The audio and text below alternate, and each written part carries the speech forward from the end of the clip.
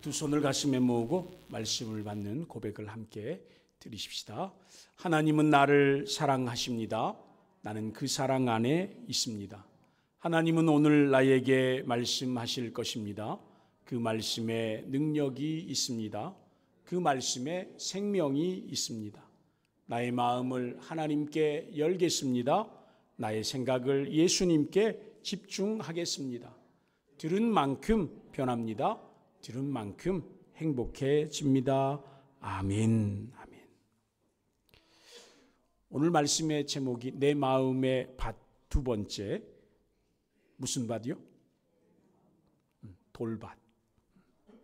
내 마음의 밭 두 번째 돌밭. 다른 제목으로 하면 돌밭 같은 내 마음.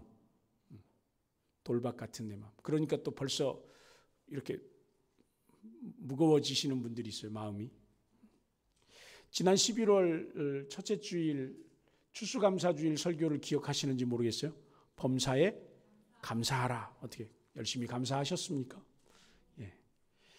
그 전에 10월 마지막 주일에 여러분하고 나눴던 말씀 기억하시는지 모르겠어요.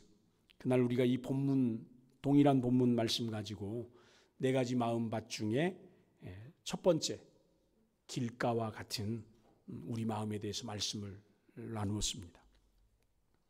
사실 지난 주간에 다니엘 기도의 주간에 제 마음이 길가와 같은 경험을 한 날이 있었습니다. 무슨 일 때문에 제 마음이 딱딱하게 굳어져 있었어요. 그래서 그날 그 설교 간증하러 오신 그 강사님이 참 대단한 분이고 멀리서 오신 분인데 참 말씀 은혜롭게 잘 전하셨는데 그 말씀이 제 마음에 하나도 다가오질 않더라고요. 오히려 막 지루하고 심지어 졸음 오고 기도하자고 하는데 기도도 안 되고 어깨는 막 천근만근 몸이 막 얼마나 피곤한지 정말 힘들더라고요. 그래서 제가 담임 목사만 아니면 일어나서 집에 가고 싶더라고요. 마치 길가와 같이 딱딱하게 굳은 제 마음속에 사탄이 탁 토아리를 들고 앉아서 말씀이 떨어지자마자 그 말씀을 그냥 듣는 족족 그냥 뺏어가 버리더라고요. 말씀이 들어와도 뺏어가 버리니까 은혜가 안 돼요. 아니 정신을 차리고 말씀을 들어야지 해도 다시 졸음이 오고 그냥 말씀을 들어도 강사는 울고 있는데 나는 전혀 감동이 안 되는 그런 영적인 싸움. 그래서요 다음 날 아침에 일찍 일어나서 마음을 고쳐먹고 어제 졸면서 들었던 말씀을 처음부터 다시 들었어요. 근데 그 말씀 한 구절 한 구절이요 제 마음 가운데 진짜 부드러운 은혜로 달콤한 위로의 말씀으로 다시 다가오더라고요. 여러분 은혜를 못 받으면 누구만 손해입니까? 나만 손해예요. 은혜는요 항상 우리 마음 문 앞에서 노크를 하고 있어요. 근데 내가 열지 않으니까 딱딱한 마음이 돼서 열지 않으니까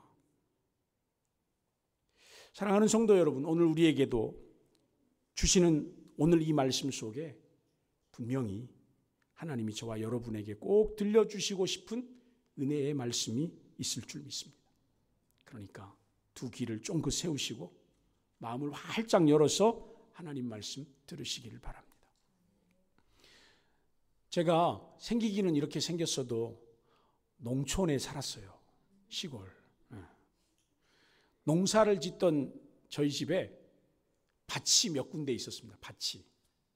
근데 저희 집 밭은 다른 동네에 잘 사는 사람들처럼 집 앞에 밭이 있지 않았어요. 대부분 우리 밭은 마을과 멀리 떨어진 산 밑에 있었습니다. 그 중에 갱강굴, 제가 듣기로는 갱강굴인데 아마 설교를 준비하다 생각해 보니까 아마 그게 뭐 이렇게 사람들이 뭐 돌을 캐내거나 아니면 뭐 금을 캐내거나 하는 그런 어떤 광굴이 있는 그런 어떤 지역이었던 것 같아요. 그런 산이었던 것 같아요. 그래서 할머니나 어머니나 그 밭을 갱강굴 밭이라고 그랬어요. 갱강굴 밭.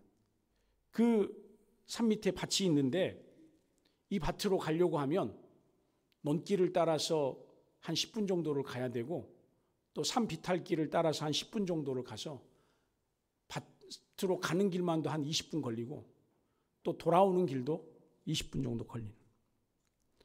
그런데 이 밭이 오늘 본문에 나오는 돌밭과 똑같은 밭 그 자체였어요.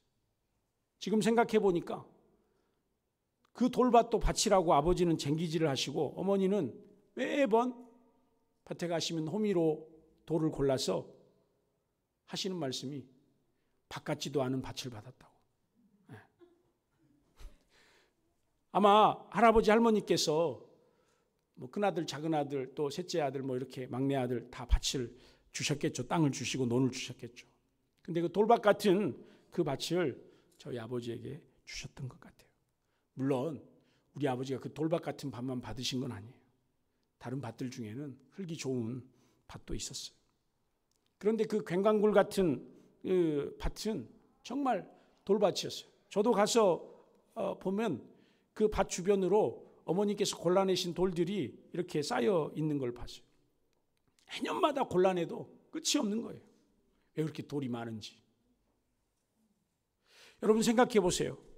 그래도 그것이 밭이라고 콩을 심으면 콩이 나고 고구마를 심으면 고구마가 나더라고요. 근데 얼마나 많이 거뒀겠어요? 그래도 거기다가 무엇이라도 심어야 뭐 이것을 수확을 해서 팔아서 돈이 되고 또 뭐 먹거리라도 되고 그러니까 그냥 멀어도 힘들어도 그 밭을 일구러 가는 것이죠. 그런데 오늘 예수님께서 우리에게 말씀해 주시는 두 번째 밭, 이 두 번째 밭의 상태는 우리 밭 갱강굴에 있는 밭보다 더 험한 상태예요. 그야말로 돌밭이에요. 5절 말씀. 흙이 얇게 덮여는 있지만 돌밭이라는 거예요. 다행히 흙이 아주 없는 것은 아니에요. 그런데 아마 얇은 돌밭이라는 이 말은 10cm 정도 깔려있는, 흙이 깔려있는, 그리고 그 아래에는 아주 딱딱한 돌들이 깔려있는 밭이죠. 실제로 예수님 살으셨던 그 팔레스타인 지역의 밭들을 보면 겉으로 보기에는 옥토가 깔려있는 밭인 것 같은데 그 흙을 좀 긁어보면 그 밑에는 석회암. 여러분 돌보다 더 무서운 게 석회암. 석회암 같은 그 돌들이 깔려있어요. 어떤 데는 그냥 그게 골라낼 수 있는 돌이 아니라 엄청 판판한 마치 그냥 바위처럼 그렇게 그냥 깔려있는. 그래서 예수님께서 그 밭을 비유로 우리에게 말씀하시는 것이죠. 물론 여러분 돌밭 같은 땅에도 씨가 뿌려지면 뭐가 나요? 싹이 나더라는 거예요.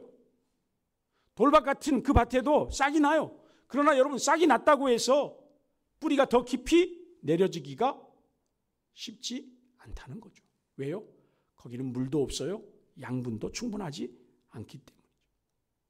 결국은 싹이 나고 뿌리가 좀 났지만 뜨거운 태양을 견딜 수가 없어서 타서 말라 죽어버린다. 타서 말라 죽어버린다. 여러분 6절 말씀 같이 한번 읽어요. 해가 돋은 후에 타서 뿌리가 없으므로 말라 죽는다. 말라 죽는다. 예수님께서 이런 돌밭에 뿌려진 씨 비유를 통해서 하나님의 말씀을 들은 사람들의 마음도 그와 같다고 말씀해 주십니다. 분명한 것은 돌밭 같은 마음에도 말씀의 씨는 뿌려지더라는 거죠. 그리고 그 돌밭과 같은 마음을 가진 사람도 하나님의 말씀을 들을 때는 즉시 기쁨으로 받는 척 하더라는 거죠. 여러분 우리가 아무리 말씀을 열심히 안 읽어도 그래도 여러분 말씀이 있잖아요. 응? 예배에 정말 뭐 빠지고 싶은 마음도 있지만 그래도 어거지로라도 예배당에 오시는 날이 있잖아요. 네, 그래요. 또 이렇게 목사님이 애써서 말씀을 전하면 또 웃는 얼굴에 침 못 뱉는다고 여러분도 웃기라도 해야 되잖아요. 그죠? 지금 뭐 인상 쓰고 계시는 분은 저보고 어쩌라는 거예요. 네. 웃어보세요. 네. 오늘 여러분의 얼굴과 말씀을 듣는 태도를 들여다보면 모두가 웃는 얼굴로 말씀을 잘 듣고 있습니다. 그러나 이 말씀이 여러분 마음에 깊이 뿌리를 내릴런지 열매를 맺을런지는 저는 잘 몰라요. 누가 압니까? 하나님도 아시지만 누가 더 잘 알아요? 여러분 자신이 더 잘 알아요. 왜냐하면 그 마음의 주인이 누구이기 때문에, 나이기 때문에. 그 밭의 주인이 나잖아요. 혹시 여러분 이런 고민 해보신 적 있습니까? 나는 왜 은혜 받은 말씀대로 살지를 못할까? 왜 받은 은혜가 하루를 못 갈까? 그 질문의 해답이 오늘 말씀 속에 들어있는 것 같습니다. 말씀을 들었습니다. 들을 때는 정말 기쁨으로 감사로 받았습니다. 그래서 은혜 받았습니다 그럽니다. 마음속으로 나도 말씀대로 살아봐야지. 이번 한 주간 정말 말씀대로 순종해서 승리해봐야지. 그런데 우리 마음속에 숨겨져 있는 무수한 돌들 때문에 말씀이 뿌리를 내리지 못합니다. 처음에는 말씀에 의지해서 조금 견뎌보려고 막 애를 쓰고 기도도 해보고 몸부림을 칩니다. 근데 여러분 무슨 놈의 은혜가 3일을 못 갑니까? 결단했던 그 마음이 다 쪼그라들고 잠시 견디는가 싶더니 결국은 포기하고 넘어져 버리는 것입니다. 그리고는 다시 옛사람의 습관대로 돌아가 버리는 겁니다. 우리 아버지 하시는 말씀이 나 오늘부터 담배 끊었다. 근데 내일 보면 또 아버지 담배 피우고 계십니다. 나 술 끊었다. 근데 학교 돌아오는 길에 주막에 보면 여전히 거기 계시고. 여러분 우리들의 마음을 들여다보십시오. 겉은 부드러운 척하고 얼굴에는 상냥한 척하지만 그 마음을 조금만 더 파헤쳐 보면 여전히 돌처럼 딱딱하게 굳어있는 우리의 마음들이 있지 않습니까? 정말 필요한 말씀, 내 삶의 변화를 요구하는 말씀, 내가 세웠던 어떤 인간적인 기준들을 깨트리는 말씀을 들었을 때 그래 이거 포기해야지, 이거 내려놔야지. 그러면서도 예배가 끝나고 예배당 문을 열고 집으로 돌아갈 때는 다시 그 마음을 주워 담으면서 절대로 포기할 수 없다고. 진을 치고 빗장을 치고 저항하려고 합니다. 아무리 은혜로운 말씀을 들어도 절대로 아멘 하지 말아야지. 버티고 버티는 그 교만한 마음들이 있습니다. 성경 말씀 속에는 신앙생활 이렇게 해라, 믿음생활 이렇게 해라, 제자가 되려면 이렇게 해라. 그런데 성경 말씀과는 상관없이 내 신앙생활의 기준을 내가 정합니다. 내 예배생활, 헌금생활, 봉사생활, 난 이렇게까지만 할 거야. 하나님은 그것을 뛰어넘으라고 말씀하시는데 말씀이 더 이상 뿌리를 내릴 수 없도록 그렇게 딱 아주 나름대로의 현명한 기준을 딱 세워버리는 거죠. 그리고는 옆에 있는 사람에게 이렇게 말합니다. 내가 이렇게 할 거니까 당신도 이렇게 하라고. 독재자가 집에 살아요. 그러니 여러분 은혜의 말씀이 더 이상 뿌리를 내릴 수가 없는 겁니다. 성령님의 감동이 전혀 파고 들어갈 틈이 없이 쇠빗장을 딱 쳐놓은 거예요. 딱딱하게 굳은 마음들입니다. 고집스러운 마음들입니다. 대부분 이런 분들은 주님께서 주시는 은혜는 또 날로 먹으려고 합니다. 그러면서도 정작 예수님께서 나에게 요구하시는 헌신은 못 들은 척하고 주저합니다. 그러면서 또 이렇게 이야기합니다. 내가 이렇게 신앙생활해도 내 삶에 아무 문제 없고 하나님 나한테 꼼짝 못해. 이렇게 한단 말이죠. 그런데 이런 사람들의 신앙이 환난을 당하고 고난을 당하고 질병을 당하다 보면 잠깐은 견뎌보려고 하다가 결국은 금방 뒤돌아서서 넘어지고 믿음을 부인하고 말씀을 팽개쳐버리고 예수님과의 관계를 외면하고 등을 돌리더라는 것이죠. 이런 상황을 오늘 예수님께서 이렇게 정리해 주십니다. 16절과 17절 말씀입니다. 여러분 16절, 17절 말씀 같이 한번 읽을까요? 시작. 또 이와 같이 돌밭에 뿌려졌다는 것은 이들을 가리킴이니 곧 말씀을 들을 때에 즉시 기쁨으로 받으나 그 속에 뿌리가 없어 잠깐 견디다가 말씀으로 인하여 환난이나 박해가 일어나는 때에는 곧 넘어지는 자요. 여러분 오늘 말씀 제일 맨 마지막 방금 읽은 말씀 제일 마지막에 보니까 뭐라고요? 곧 넘어지는 자요. 그 사람은 믿음에서 넘어진다는 겁니다. 그 사람은 구원의 자리까지 가지 못하고 좌절해 버린다는 겁니다. 포기해 버린다는 겁니다.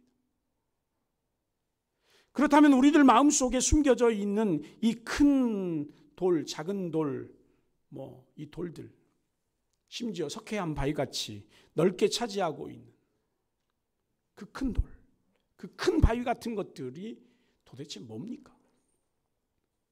이 돌이 뭐냐 이 말이죠.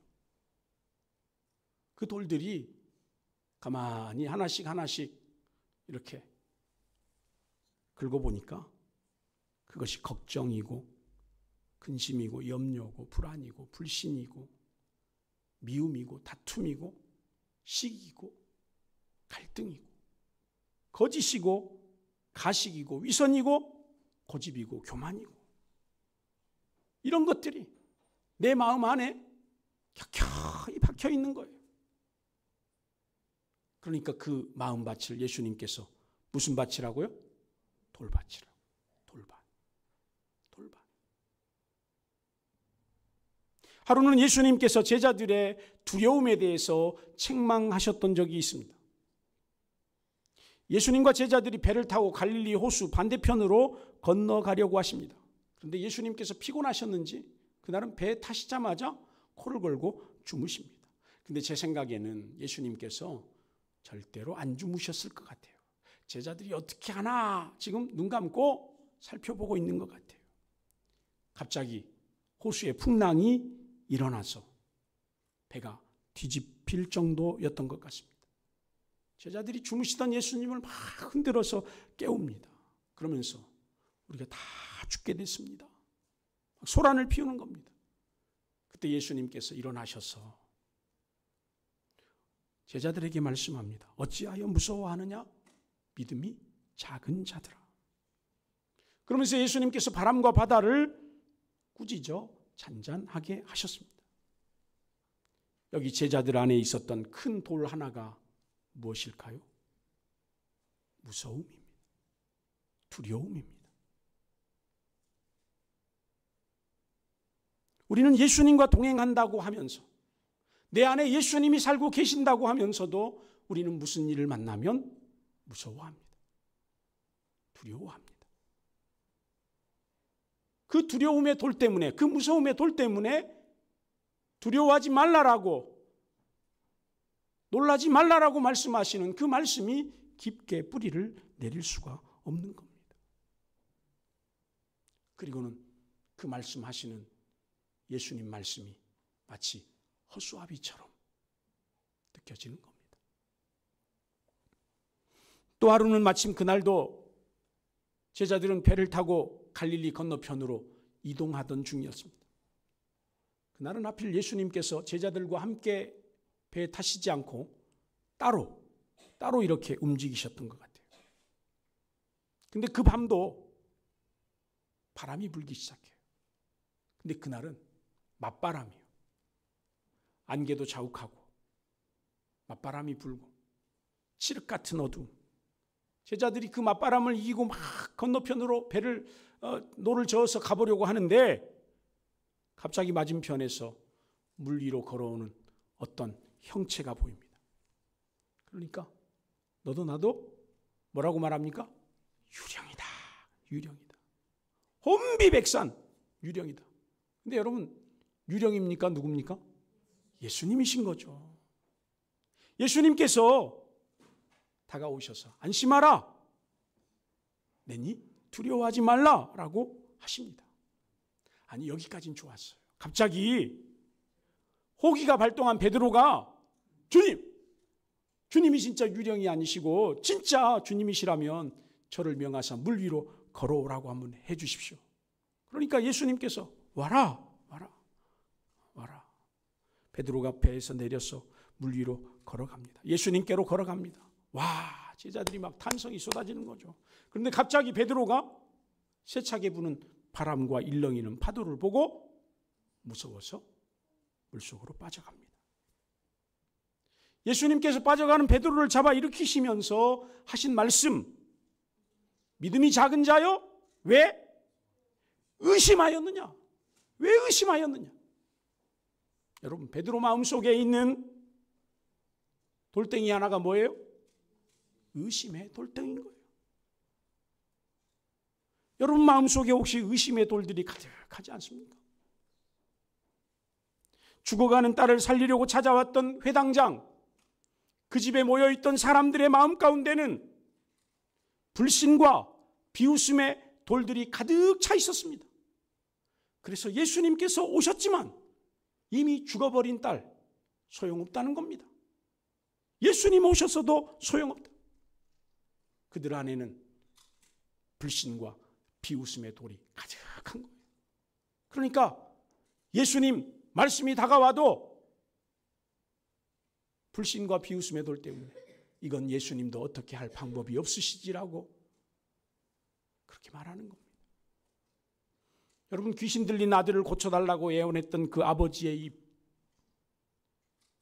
그 입에서 뭐라고 말합니까?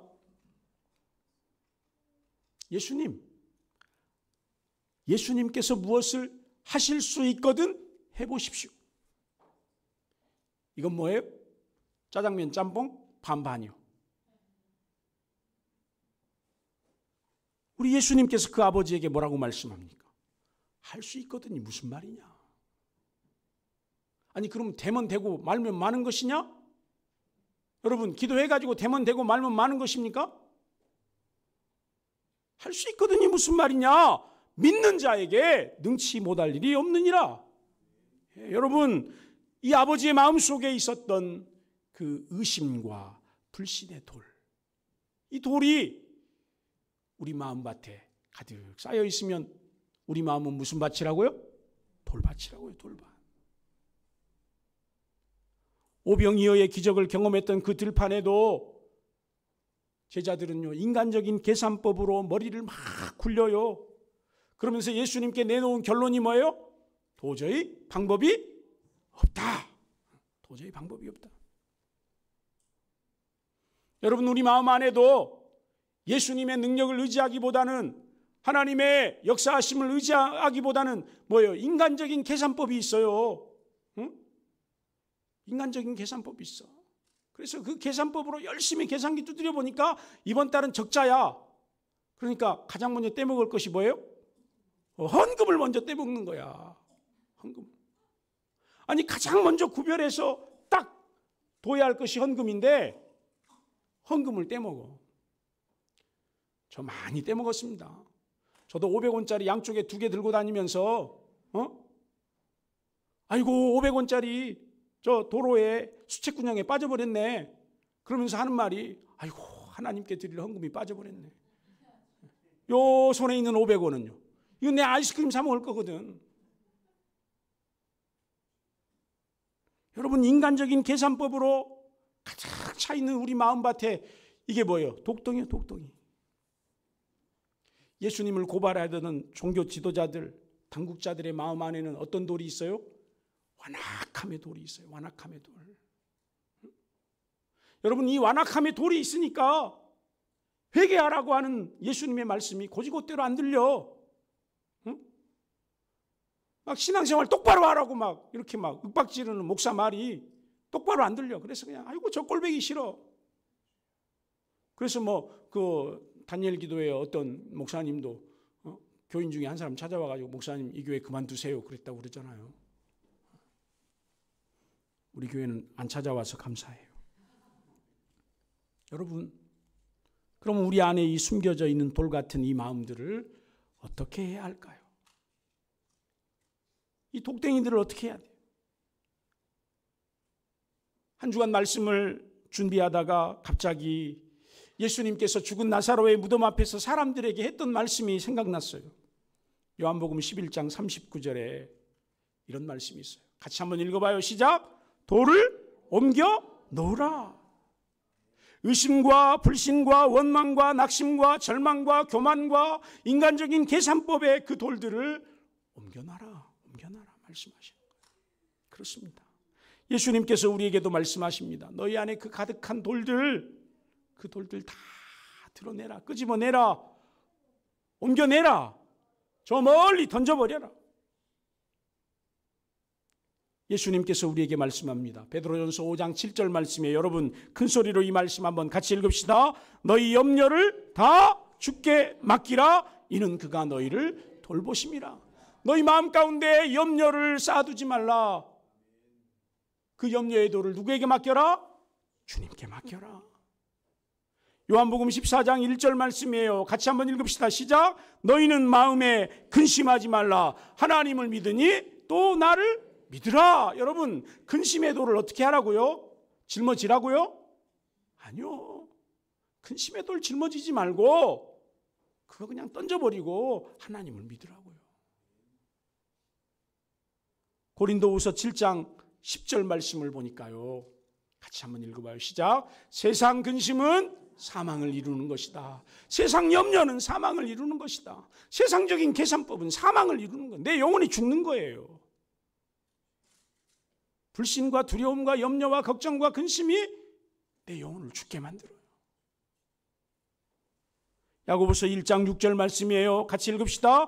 오직 믿음으로 구하고 조금도 의심하지 말라. 의심하지 말라. 저는 여러분들이 은혜를 다 받고 있다고 믿어요. 교회를 안 와도 내 얼굴에 내 눈에 안 보여도 다 은혜 받고 사는 줄 믿어요. 의심하면 누구만 손해요? 나만 손해고. 근데 여러분 목사의 마음을 날로 먹지 마세요. 하나님이 다 보고 계시니까. 저는 하나님께서 뿌린 대로 거두게 하시는 분인 줄 믿거든요. 마지막으로 마가복음 5장 36절에 회당장에게 하셨던 예수님의 말씀 같이 한번 읽읍시다. 두려워하지 말고 믿기만 하라. 두려워하지 말고 믿기만 하라. 믿기만 하라. 여러분, 그 우리 마음밭에 켜켜이 쌓여있는 그 돌들을 우리는 어떻게 할 수가 없어. 내가 그거 어떻게 해결한다고? 못해요. 누구를 믿어요? 예수님을 믿어요. 우리 마음에 어떤 돌들은 너무 커서 정을 대고 망치를 들어서 쪼개야 될 돌들이 있어요. 바위처럼 단단하게 자리 잡은 고집스러운 마음들이 있거든요. 있어. 내 마음에도 있고 여러분 마음에도 있어요. 그 돌들을 어떻게 합니까? 그 바위덩이 같은 돌들을 어떻게 해야 돼요? 방법이 없어요. 예레미야 23장 29절 하나님의 방법이에요. 같이 읽어요. 시작. 여호와의 말씀이니라 내 말이 불같지 아니하냐? 바위를 쳐서 부서뜨리는 방망이 같지 아니하냐? 아멘, 아멘. 여러분 내 마음에 있는 돌들을 해결할 수 있는 방법. 불같은 하나님 말씀, 방망이 같은 하나님 말씀, 그 말씀으로 다 깨부시고 다 녹여야죠.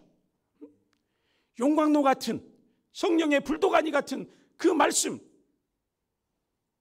그 속으로 나를 던져야 그게 다 녹아지고 없어지고 사라지는 거 아닙니까? 사랑하는 성도 여러분, 돌을 다 치운 것으로 끝나지 않아요. 비워진 그 마음 가운데 살아계신 하나님 말씀을 가득 채워야 합니다. 저는 다니엘 기도에 실은 제가 살고 싶어서 다니엘 기도회를 하자고 했어요.